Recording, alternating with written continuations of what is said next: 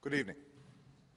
Tonight, I can report to the American people and to the world that the United States has conducted an operation that killed Osama bin Laden, the leader of al-Qaeda, and a terrorist who's responsible for the murder of thousands of innocent men, women, and children. It was nearly 10 years ago that a bright September day was darkened by the worst attack on the American people in our history. The images of 9/11 are seared into our national memory. Hijacked planes cutting through a cloudless September sky, the Twin Towers collapsing to the ground, black smoke billowing up from the Pentagon, the wreckage of Flight 93 in Shanksville, Pennsylvania, where the actions of heroic citizens saved even more heartbreak and destruction. And yet we know that the worst images are those that were unseen to the world. The empty seat at the dinner table, children who were forced to grow up without their mother or their father, parents who would never know the feeling of their child's embrace, nearly 3,000 citizens taken from us, leaving a gaping hole in our hearts. On September 11th, 2001, in our time of grief, the American people came together. We offered our neighbors a hand, and we offered the wounded our blood. We reaffirmed our ties to each other and our love of community and country. On that day, no matter where we came from, what God we prayed to, or what race or ethnicity we were united as one American family. We were also united in our resolve to protect our nation and to bring those who committed this vicious attack to justice.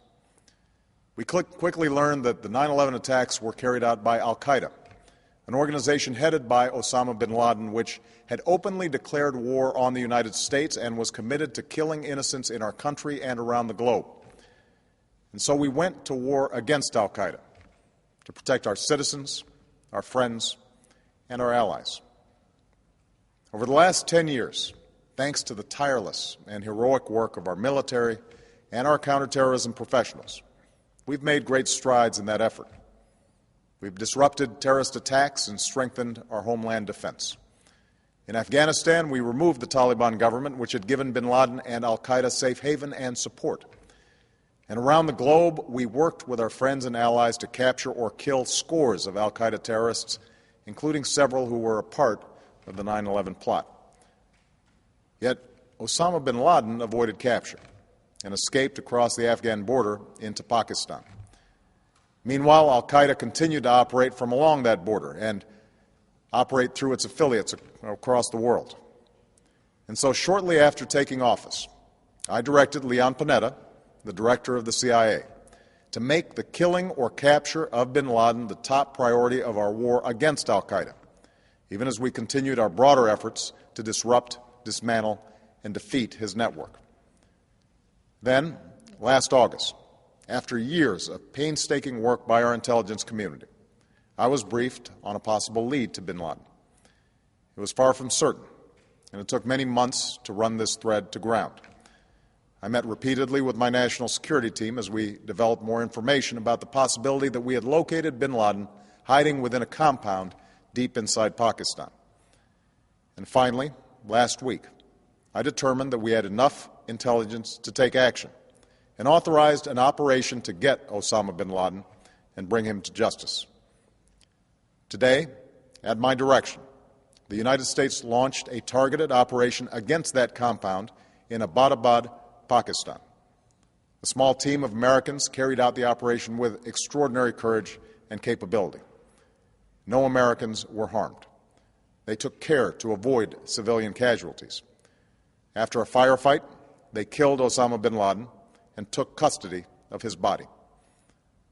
For over 2 decades, bin Laden has been al-Qaeda's leader and symbol and has continued to plot attacks against our country and our friends and allies. The death of bin Laden marks the most significant achievement to date in our nation's effort to defeat al-Qaeda. Yet his death does not mark the end of our effort. There is no doubt that al-Qaeda will continue to pursue attacks against us. We must and we will remain vigilant at home and abroad. As we do, we must also reaffirm that the United States is not and never will be at war with Islam. I've made clear, just as President Bush did shortly after 9/11, that our war is not against Islam. Bin Laden was not a Muslim leader. He was a mass murderer of Muslims. Indeed, al-Qaeda has slaughtered scores of Muslims in many countries, including our own.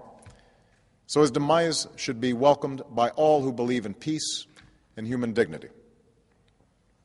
Over the years, I've repeatedly made clear that we would take action within Pakistan if we knew where bin Laden was. That is what we've done. But it's important to note that our counterterrorism cooperation with Pakistan helped lead us to bin Laden and the compound where he was hiding. Indeed, bin Laden had declared war against Pakistan as well and ordered attacks against the Pakistani people. Tonight, I called President Zardari, and my team has also spoken with their Pakistani counterparts. They agree that this is a good and historic day for both of our nations. And going forward, it is essential that Pakistan continue to join us in the fight against al-Qaeda and its affiliates. The American people did not choose this fight. It came to our shores and started with the senseless slaughter of our citizens. After nearly 10 years of service, struggle, and sacrifice, we know well the costs of war. These efforts weigh on me every time I, as Commander-in-Chief, have to sign a letter to a family that has lost a loved one, or look into the eyes of a service member who's been gravely wounded. So Americans understand the costs of war. Yet, as a country, we will never tolerate our security being threatened, nor stand idly by when our people have been killed.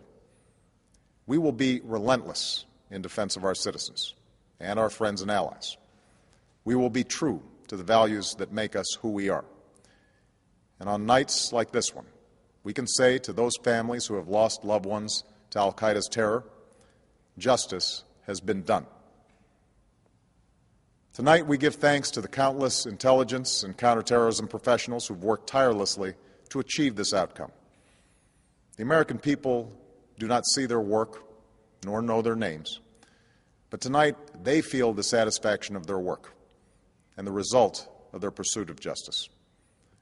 We give thanks for the men who carried out this operation, for they exemplify the professionalism, patriotism, and unparalleled courage of those who serve our country.